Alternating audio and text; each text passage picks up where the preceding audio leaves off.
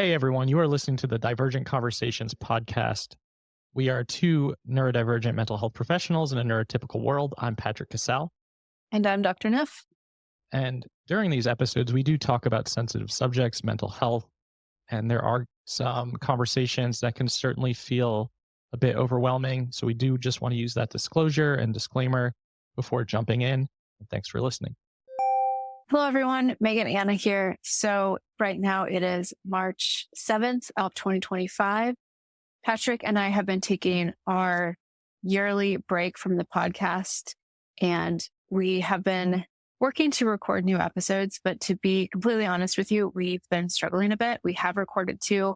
One of them we opted to not release. I am personally struggling to know how to talk in a metabolized way about the cultural moment that we are in. And one of the core values of the work I do is I really want to work to be releasing metabolized emotions into the world and not to be projecting more fear and anger and uncertainty. And so in recording this podcast, it is really important to me that I'm doing so from a grounded place. And so right now, we have decided to extend our break by a few episodes. If you've also been following my work at Neurodivergent Insights, you know that I've had some pretty destabilizing things happening in my business that also make it quite hard to, in this moment, want to be perceived. And I'm also spending a lot of time to stabilize my business so that I can continue to support my family and the neurodivergent employees I have.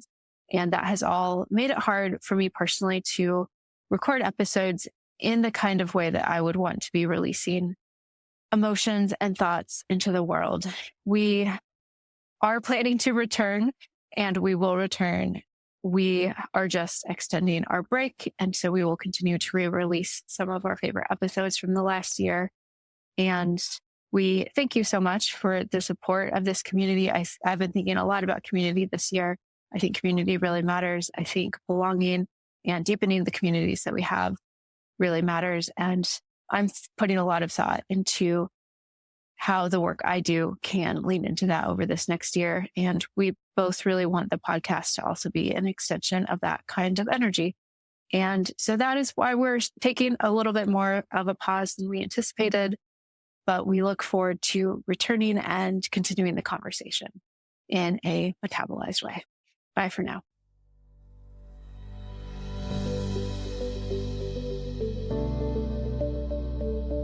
Welcome, everyone, back to the series that almost wasn't because of my emotional avoidance. We're hopping back into the OCD series, and I'm so excited for our guest today. We've got Dr. Stacy. I should have asked before. Greeter. Okay. Yep. I was actually, wow, I almost pronounced it right. Dr. Stacy Greeter, who's a autistic, OCD, ADHD psychiatrist. And Patrick has the official bio if he is done joking. Wow, what a good Or we can let Stacy introduce herself. So, I feel like I need to redeem myself. Okay, you can redeem yourself by reading the bio. Dr. Stacy Greeter is an autistic, ADHD, and OCD child, adolescent, and adult psychiatrist in Sarasota, Florida. Nope, not going to happen. I'll take over now. That's cool. Okay, tell us about yourself. Okay. I'm so excited to be here. Loving this podcast. Big fan. So my autistic special interest is everything psychiatry. And well, that's convenient for you. It's so nice, right? And profitable in a capitalist society, which is also a form of privilege. And my other autistic special interests are fantasy creatures, especially the fluffy ones. So I make these elaborate story-based, fantasy-themed, like Star Wars themed, Little Mermaid themed is coming up this weekend, presentations to explain complex psychiatric concepts. Oh my goodness. Relatable. That's amazing. So the one I was telling you about where I copied your idea of the Venn diagrams is a dragon differential diagnosis presentation, and that one is all dragon themed. This sounds amazing for kids and adolescents and adults like me, because we get to be playful too. Yes, and I think in a way the humor and the story can make things resonate, so you can talk about intersectional marginalization or talk about internalized ableism, but it's in a story with a character. So you can digest the material more is my goal anyway. That is so beautiful. I am going to go like find your resources for this because that sounds incredible. Oh my goodness. And so I'm so curious what you're doing with the Little Mermaid because I wanted to be the Little Mermaid growing up. Like she was a special interest. And I now understand why I like very much wanted to just live in water where it was quiet and like sensory soothing. Okay. Yeah. But what is your Little Mermaid theme that you're playing? Okay. I'm gonna try to find a photo for you too while I'm looking this too, because I was playing around this weekend. Okay, so it's called Still Not Quite Part of Your World. And it's about and you know, why like that classic sense of how Ariel thought, I don't belong underwater, so it's because I need to be on land. But then I realized I don't belong on land either, and it's because I'm autistic and ADHD. And she realizes this after the diagnosis of her daughter, Melody, and Prince Eric is going through stuff, trying to make peace with, like, is this a label that's going to be harmful for our child? What do we do? How do we process that? And then he sings a musical number about wanting to understand her autistic world better, which is sung by child psychiatrist 𝗿𝗶𝘀𝘁𝗄, because I cannot sing. And then we have Ursula, who is continuously dropping the ableist comments throughout the presentation. And Flounder is adorable. We have a lot of fun. I'm very blessed. Oh my goodness. And is this something you put on YouTube or like where is this? Yeah. Is this okay? Yeah. Cool. So we're doing it live first at DragonCon, and then later we're going to do a recorded version online. Yeah. Okay. This sounds so incredible. And I have a lot of fun. All right, here's the picture. Now you can see. Okay. There you go. You see that? Yes. That's amazing. That's my backyard actually. Oh my goodness. So I'm super excited. I'm hoping psychoeducational fan fiction can grow into a thing. I have a friend who does like superhero therapy that's neurodivergent. Yeah. Neurodivergent friendly. I think that intersection of like fan and neurodivergence and therapy, because you're right, it makes it so much more playful, so much more accessible. Yeah. So I think it gives me opportunity for Ariel and Eric to talk about their regrets as a parent when they were trying to get Melody, their daughter, to suppress her stimming. But, you know, it's lovable characters, you know what I'm saying? So then we can kind of like talk about grieving, regret, things like that in a more, I think, manageable way. Yeah. See, this is what my brain's not good at. My brain can be like, here's the science of it. But like turning it into story, turning it into narrative, turning it into a world. I love brains that can do that. And I'm a little bit jealous of your brain right now. Oh, I'm jealous of your brain. Your resources are amazing. Amazing. Well, and it sounds like you are able to take some of them and then like turn them playful and fun, which I'm so excited to see. Yes. Okay. Yes. Well, I'm done dying now, which is great. I'm glad you're alive, Patrick. Welcome back. That would have been what a wonderful way to start. Like, what if I had just fallen off the chair? So were you choking or was this like a throat because of your throat issues? Yeah, I had swallowed something. You aspirated your spit or something. Yeah, that was fun. So I watched your video that you sent me that was all about like the Lord of the Rings and OCD. Okay. And with Smog. Yeah. That was really amazing. Like, as a huge Hobbit, Lord of the Rings, Tolkien fan, that is right up my alley in terms of how to learn about something. Because for me, I don't do well when I'm reading like scholastic text or research-based text. I kind of immediately glaze over and can't process the information. So that was super helpful. And it was really just cool to watch that from that perspective. So thank you for sharing that resource. Thanks, Patrick. I have one. It was a different one where Smog, and my husband does the voices for me. Thank God. He does. God bless him. Shout out to that. Where Smog talks about the difference it made in his life when he switched from a non-affirming therapist to a neurodiversity affirming therapist. So at first, his special interest in collecting, cataloging, and researching elven artifacts was treated like OCD symptom that needs to be suppressed, and he felt shame and an internalized sense of brokenness. And then Smeagol helps him get a neurodiversity affirming therapist who recognizes that is part of what he needs for his sensory system, because it's a special interest. Okay, so that's so interesting. I feel like we're gonna get to all the things we want to talk about, but probably in a very divergent way. So I kind of want to dig a well there. Classically, yes, yeah, it's very classic. Of special interest being treated like an OCD thing. Is that something that you see happen in psychiatry and mental health? Okay. Yes.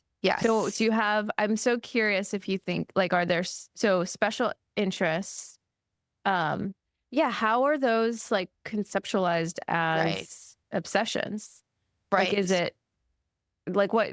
Yeah. I what know. have you seen? So for example, let's say there's a kid and he's organizing his Pokemon cards. Okay. Now it could be so on the surface, the same behavior can be many different things, right? So you have to dig at what the person's experience of that behavior is.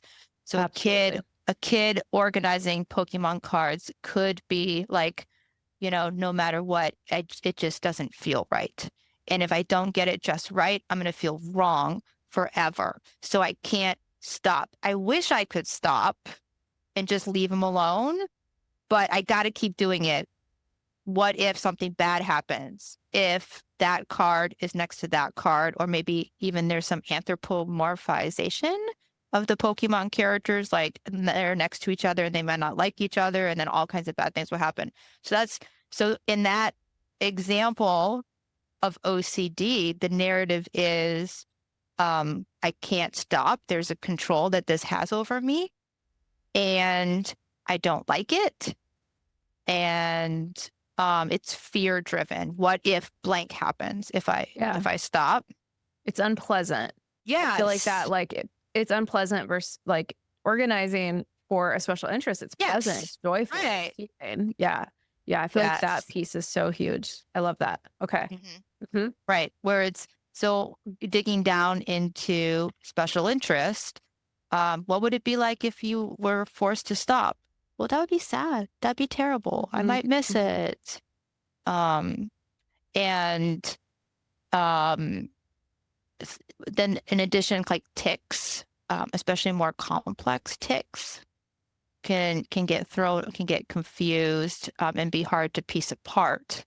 And then generally with the tic, there's an urge, a physical urge to do the thing that builds over time.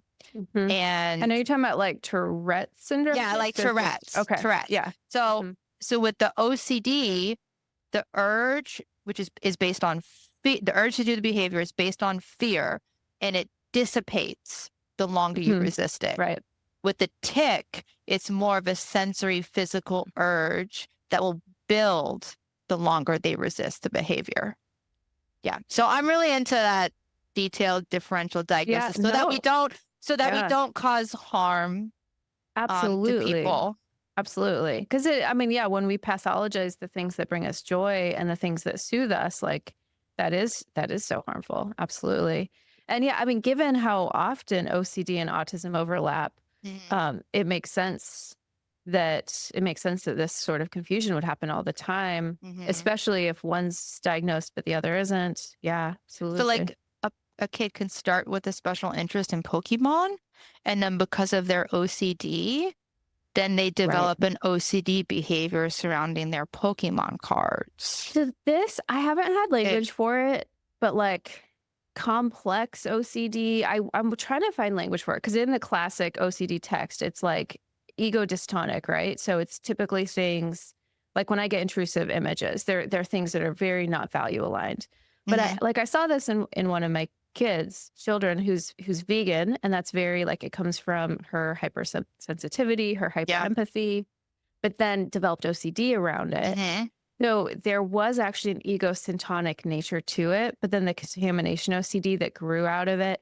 So her and I came up with so many metaphors of like, it was like a two-headed, what was the metaphor we used? We actually used a lot of playful imagery. It was like a two-headed beast, and one head was a snake, but they had to eat from the same buffet, and one was like values aligned.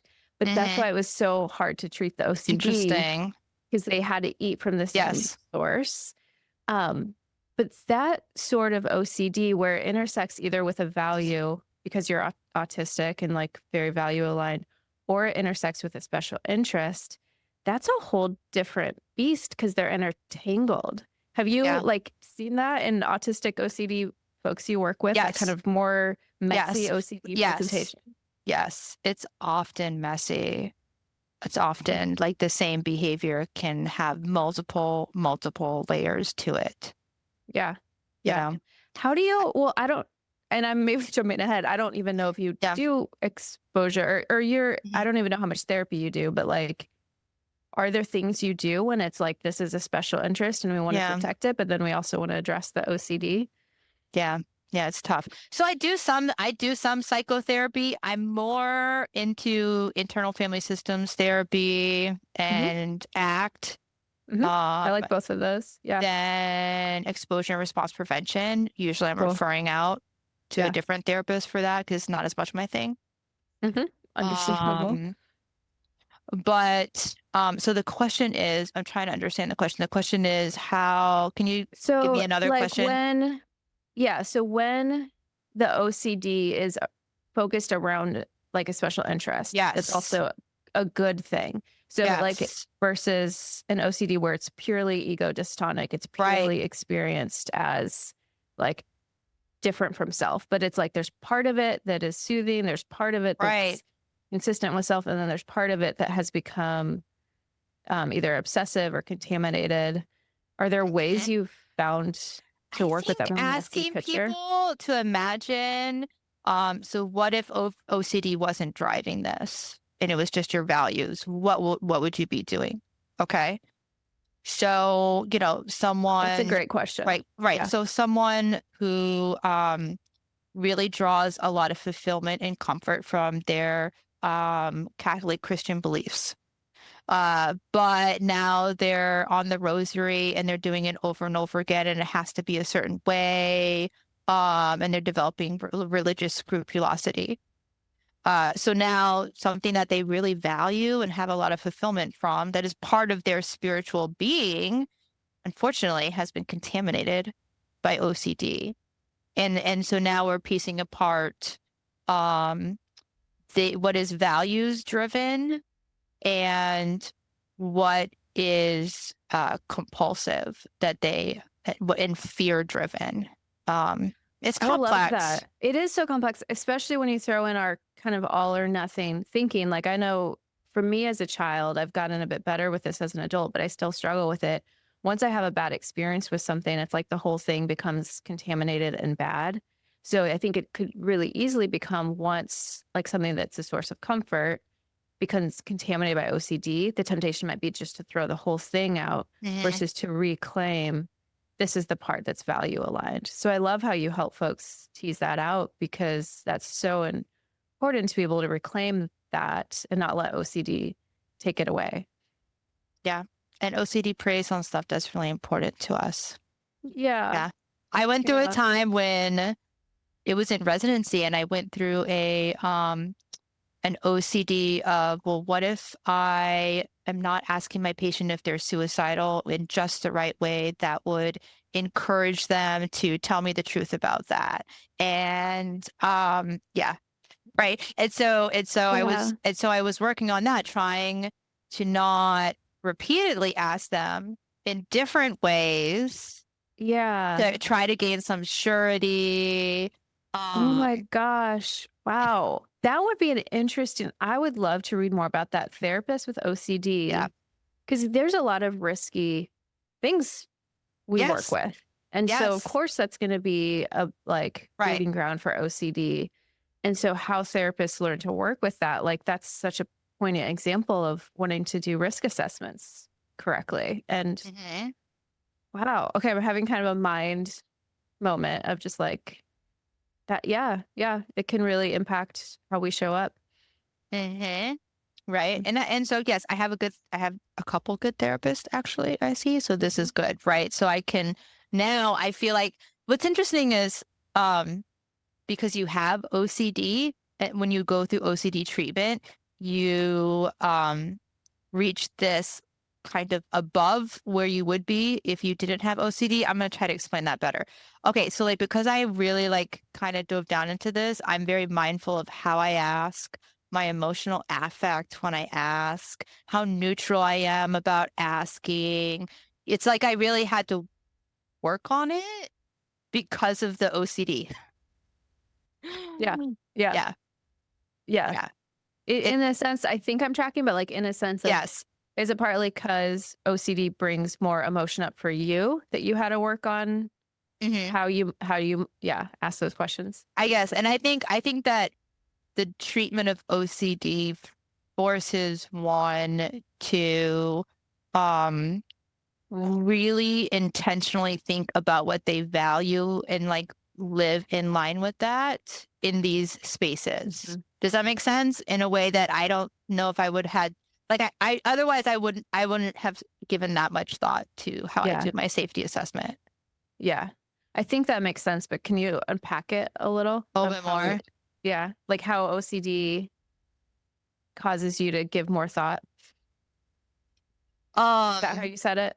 Yeah, I think because you have to figure out what is the OCD Mm.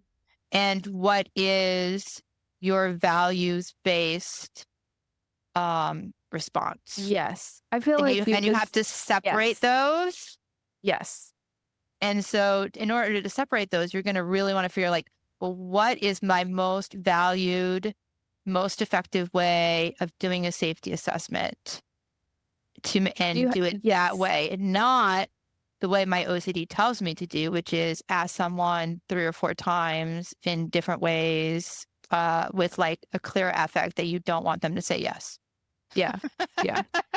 So you're not allowed to say yes to this question. Yeah. Okay. I feel like you've just described like the hypervigilance that is my life. I think I do Really? that throughout my life Okay. it's one of the things that has made me, I'm realizing like really feel like I'm struggling with burnout with owning my business is I like catching errors or going back and redoing material. Like so much of that I think is obsessive and OCD driven, and it's freaking burning me out. And so, but I'm always doing that. Like, is this me being obsessive or is this Mhm. values aligned? And then same thing with my parenting. Like, I think when you live with OCD, you're constantly doubting your mind. And it's like the doubting disease, but teasing out, is this, and partly because we only live with our minds. And I don't know about you, but I'm guessing since you're also ADHD, you've probably had OCD since childhood. So it's like we've only lived with this mind. So getting at like, what is a reference point? I'm always since I was little, I've been like, I just wish I could experience someone else's mind. I know. And I think it's that question of, is this a decent reference point to be using, or is this an OCD or an obsessive reference point? And we never have a clear answer to that, no matter what, ever. And that probably drives burnout. And I'm just now making that connection.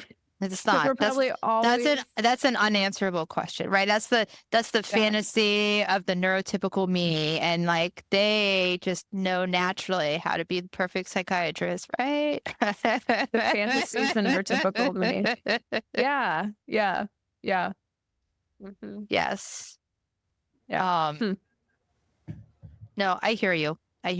These are unanswerable questions. We have to make lots and lots and lots of peace with ambiguity. Mm-hmm. Yes. Yeah. Mm-hmm. That's very true. Yeah. And it's kind of like constantly trying to parse it apart and put it in different buckets from time to time to think like, is this what's driving the ship, or is this what's driving the ship, or are they both co-driving at the same time and collaborating? Can be very confusing and overwhelming, and trying to like use someone else's mind as a reference point would be a nice fantasy for sure. I think about that a lot of like, is this what everyone else experiences, or is this how everyone else thinks about this? Which, yeah, that's, like you said, Stacy, unanswerable in so many ways. Stacey, I still try to get my therapist to do it for me, though. Anyway. I used to do that with my therapist. And at one point he was like, I kind of feel like you're treating me like a neurotypical, like, how did he say it? Like this neurotypical reference. I mean, he didn't use the language of reference point, but I was like, oh yeah, I guess I am.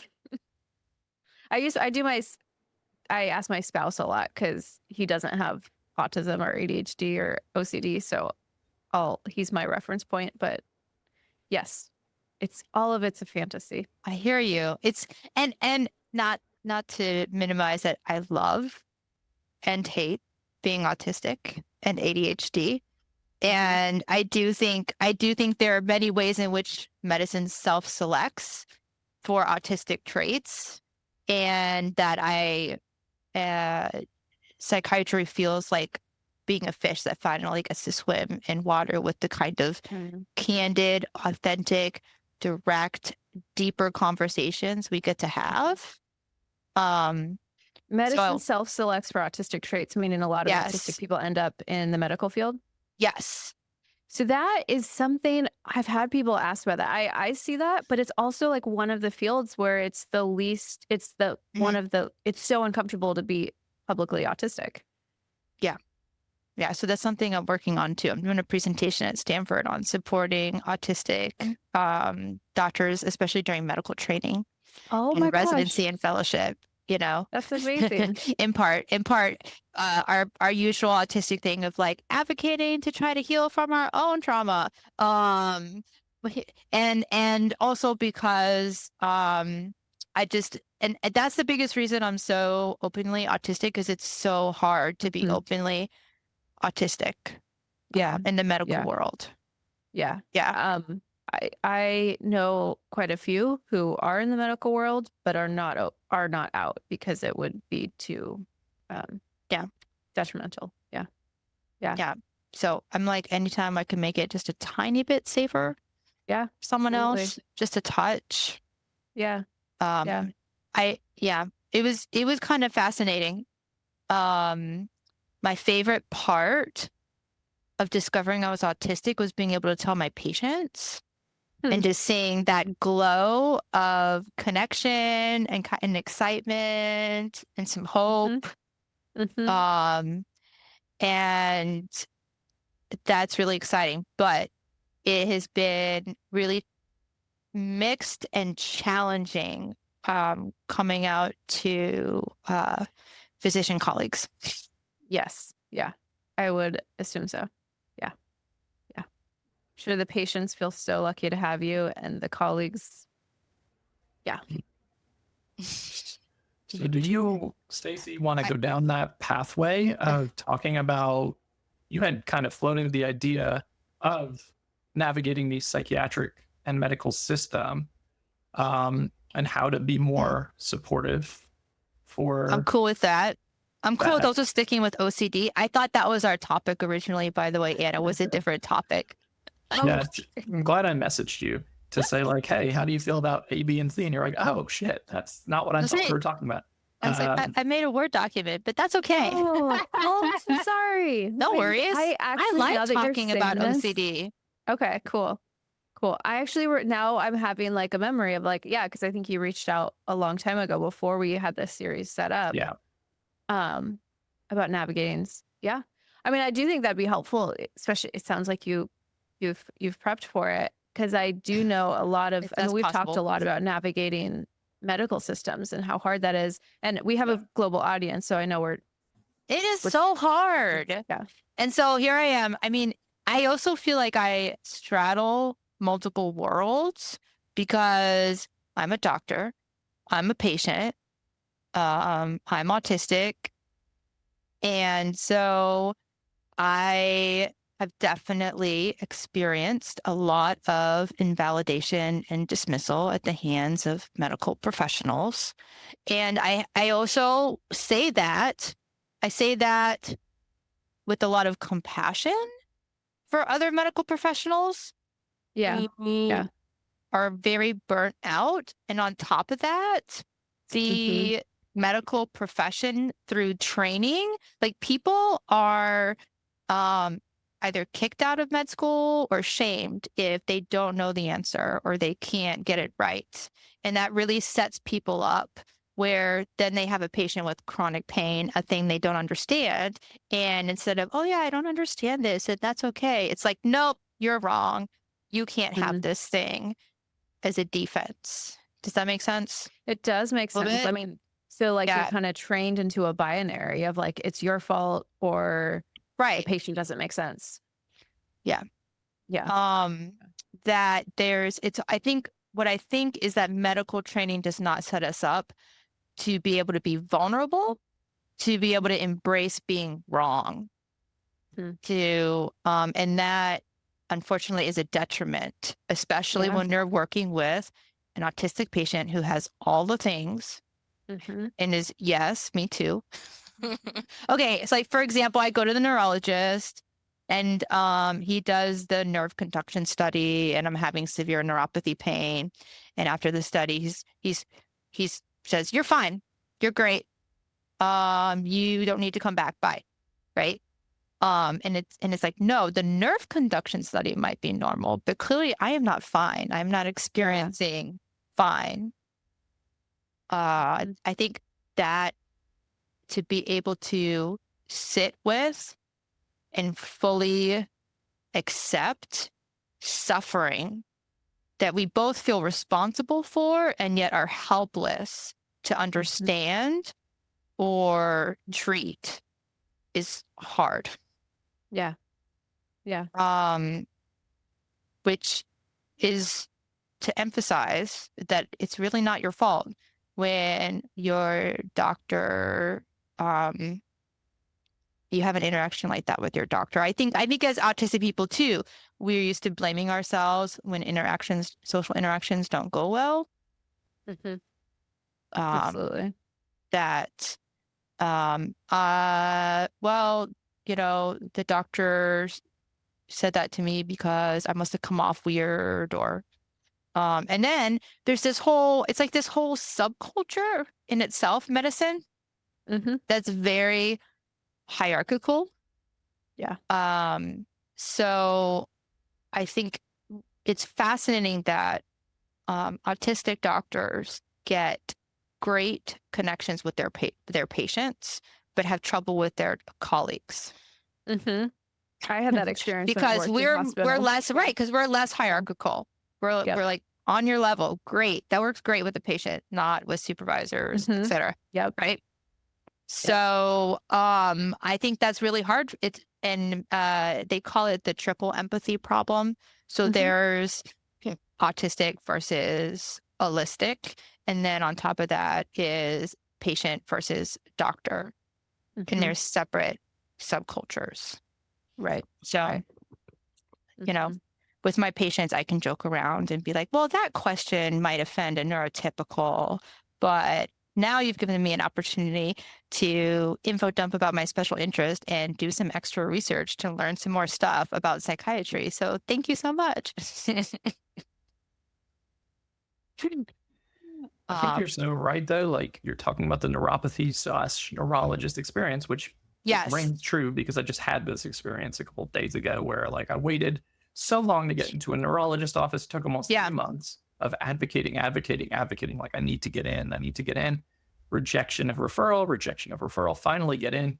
Doctor spends possibly 12 minutes tops, stumped the entire time, confused by what I'm presenting. Right. And the recommendation is like, well, why don't you go back to the sleep specialist who referred you here? Because it sounds like the issue you're experiencing is impacting your sleep. And I'm like, at that point, as the patient and someone who obviously has a little bit more access to some resource in terms of being able to advocate, you're just kind of like, I give up almost. Like, I think the reality for so many of us is like, I just give up. Like, I just wave the white flag. I'm just going to be destined to live in this kind of like hell that exists for me physiologically a lot of the time. So like, navigating the psychiatric system as well can be so challenging for our clients, right? If they don't have access to resources, information, maybe they see someone who only gets to spend 10 to 15 minutes per visit. Or the patient ends up feeling like I'm made to feel like I'm med seeking. I'm made to feel like I'm over exaggerating. I'm like minimizing. I am like creating this narrative that isn't real. And then you end up questioning your own mind. Like, is this really happening to me? Totally. Lots of invalidation, unfortunately, is happening in the medical profession. And it's also part of neurotypical culture that we just expect people to know what to do or what to say or what it means to be a patient, right? So that's why I made this long document, how to be a patient and interact with neurotypicals. Right. It's like there's really a huge part the patient plays in successful treatment. Yeah, absolutely. So what kinds of things are on that document? Okay, so I have my table of like the doctor is expert in diagnosis, but you are expert in your subjective experience. The doctor is expert in the dosage of the medication and how to communicate with them outside of appointments. But the patient is expert in your symptoms and your response to the medicine and whether or not you take the medicine. Because I think that role clarification is really helpful. And then I have a whole section on, honestly, how to mask and deal with people who have big egos to get your needs met, about like when you're walking into the medical appointment. And I hate that. And I've got a lot of flack for that, but I'm like, this could be life or death for people who are seeing a specialist and they have no access to another specialist who takes their insurance, But masking, like sometimes, like masking is a survival response, and sometimes and this is about survival, unfortunately. And I say, so walk into the appointment not wanting to be right, but just getting your needs met. That's such good advice, because doctors and then vent to a safe person right afterwards. Because that invokes that can invoke a defense, and then like in the doctor and it can also cause a person to be misperceived when they're coming in. And I think for a lot of us autistic people, it is like, I want you to see the facts because then I know we'll have the same idea, but it comes across as like, I need to be right. Because it's like, I need you to see these facts that I see. And so that's such a helpful reframe. I really, and not to be like, some doctors are going to love that. Yeah. Some Many are won't, though. Many won't, unfortunately, but to be able to be prepared to let go, that it's not your job to correct or convince your doctor of something. It is your job to get your healthcare needs met, whatever that looks like. Yeah, that's good advice, because I think it's so easy to, like, especially as autistic people, we've probably done a decent amount of research, right, on like our symptoms or our experiences and come in with ready to present it all. And the doctor can kind of take offense to that as if like, well, you didn't go to medical school, so I'm not going to listen to this, or we don't have time to talk about this, or this is being blown out of proportion. And as you said, a lot of invalidation, unfortunately, which is just such a common experience. Yeah. I also think, and if the doctor's willing to do this, so I'll write up questions for my patients to answer ahead of time, because with people being on the spot, trying to process everything, it's just terrible. It's terrible. Yeah. Right. Yeah. So I'll be like, you kind of know what questions you want to ask your patient, or at least the gist of them, to be able to have them do that while they're calm, collected, and regulated. Yes. Plus, I think taking notes is super helpful, and asking if you can bring an ally with you to the appointment to help you process everything. And then scheduling more frequent appointments, since you can't cover everything at each appointment. Right. Yeah. That's really good advice. I like that a lot. I want to touch on something, and I want to diverge back to OCD, because all right, we're divergent again. Yeah. Let's take this car down a different exit. You had mentioned when you messaged me, like the differentiation between stimming and OCD repetitive behavior. I have a chart. I'm going to pull up my chart. So Patrick was asking me about stimming, tics, and OCD compulsions. And I like things in nice visuals and different colors. So I do too. You're speaking the love language. Sure. Nice. So stimming is self-soothing, whereas tics are annoying. And the compulsions, and all these could look the same on the surface. Compulsions associated with OCD, fear-driven. Also, stimming is present from like tiny toddlerhood, generally, and like tics are coming out around age 7 usually. OCD compulsions average age 10, and then we're gonna ask the person what would it be like if they were forced to stop stimming. That would be more distress inside. Whereas tics, they're like, yeah, I wish I could stop that. It kind of annoys me. And the urge builds the longer they resist it. Compulsions, the fear, like, oh my gosh, I need to wash my hands because they're dirty. I'm going to get sick. The longer they go and resist acting on the OCD fear and doing the compulsion, it dissipates over time. So those are some main differences. I have a chart on treatment differences too, which is why it's so important to distinguish them, right? Because so stimming, collaborate with the individual to help them do what regulates their body, but find alternatives to stims that cause harm. And they can decide when they want or need to mask and suppress, and when they can be authentically unmasked and safe to do so. And we don't treat them with medicine, right? Whereas the tics and OCD compulsions, of course, we're treating them in their various ways. And then medications are different. Yeah. I might show you while I'm here one of my dragon egg Venn diagrams. Ooh, I'd love to see that. Do. Right? Oh, this might be an old one presentation I pulled up by accident. But for those of you listening, if you want to watch and see these graphics, these are in our YouTube channel. So make sure you tune into that as well. I have them on my website where you can download every single slide too under the psychiatry bootcamp section. That's so cool. Yeah, I was gonna ask, like, the document you talked about for like the guide. Yeah, for it's called How to Win at Being a Psychiatric Patient. Is that available? Like, people could go download it, or is that? I can make it available. Oh, you don't have to. I was just curious. I mean, I can send it to you. I don't know. I guess I could put it on my website, maybe. I mean, if you're comfortable, that's a you decision. If you're comfortable with it, I think that'd be a resource a lot of people would benefit from. But yeah, if you send it to us and you feel comfortable with it being out in the world, we can link it to the show notes too. Or we could put it, or we can link to your website. Yeah, that would be cool. Yes. Yeah.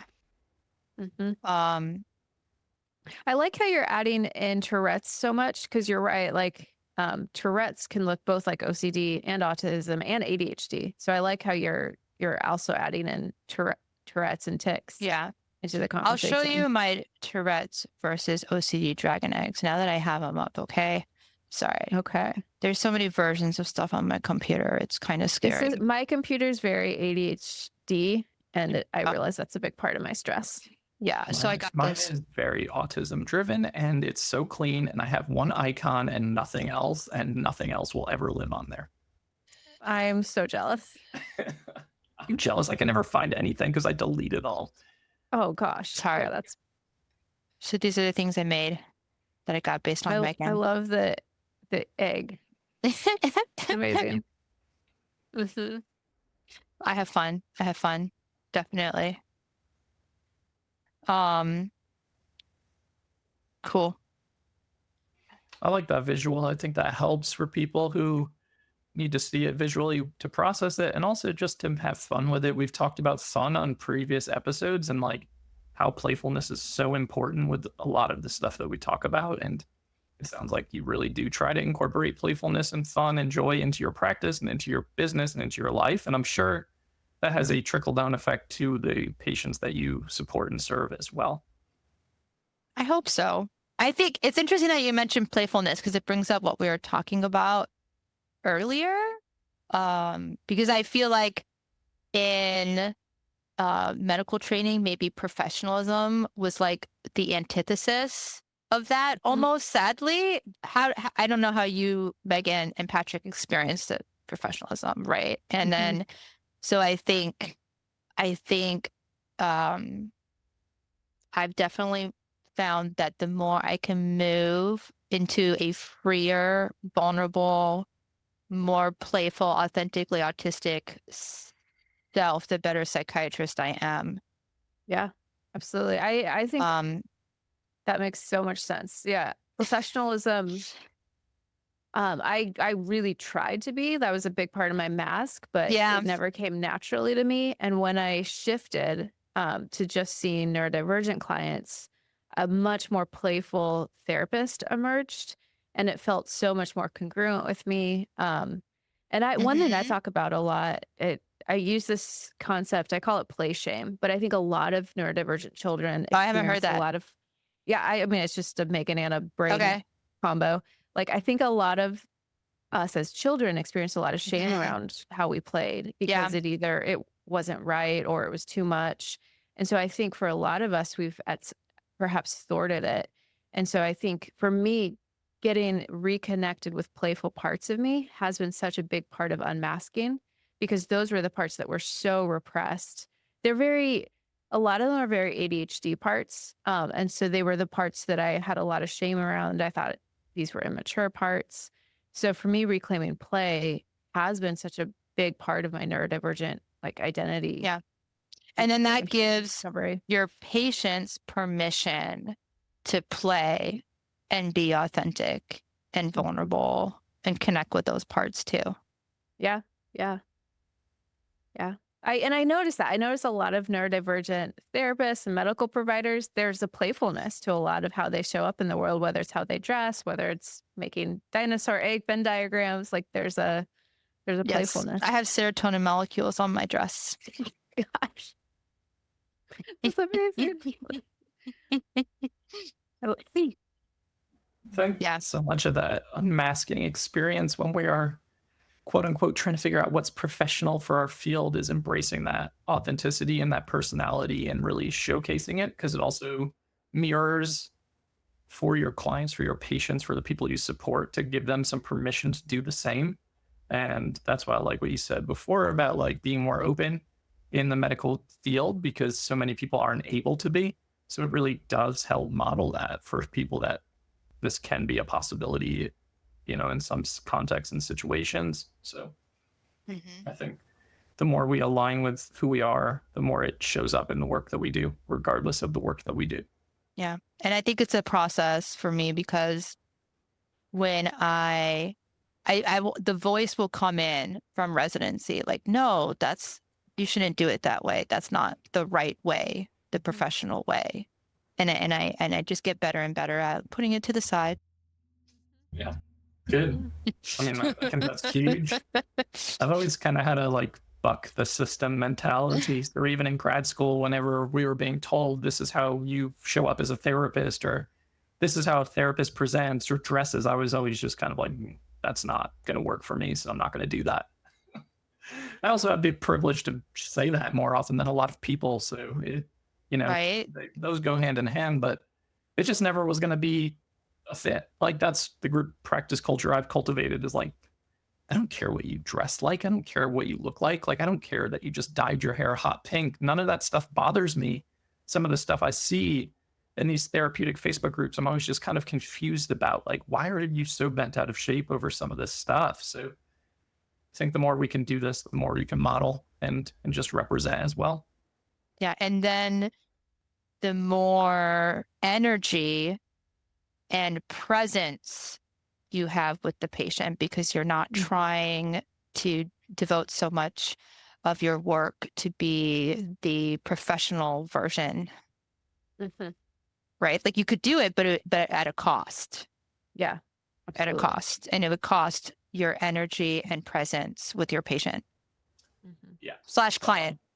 Yeah, exactly. And then it comes down to, for me, like, which energy cost is more important? Like my over expenditure into presenting and looking and appearing professional, or my over expenditure in terms of like being able to unmask more safely, be more authentic with the people I support, give them better client outcomes. Like the juice is worth the squeeze for me in terms of like saying that's where my values align, and that feels way more important to me at this stage of my life.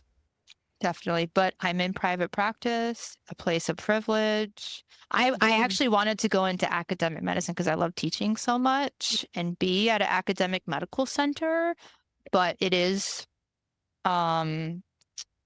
emotionally safer for me to be in private practice and then have the privilege to be unmasked and authentic and have a culture of my office where there's open, direct, vulnerable, egalitarian, non-hierarchical communication. That was a mouthful, sorry. Well, and I see that all the time. And I think a lot of, especially when folks have the privilege and ability to pay into private practice, because I see that a lot where medical providers or therapists will say like, everything's great with my patients, but it's all the system stuff I can't do. Yeah. So it makes sense that you are in private practice. I see that pivot a lot. It makes sense. Yes. Yeah, I'm grateful. I'm really grateful. Same.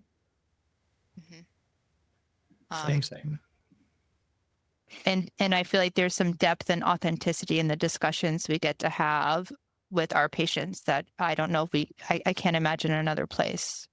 I just love the psychiatry so much in that way of relating is a very autistically oriented way of relating.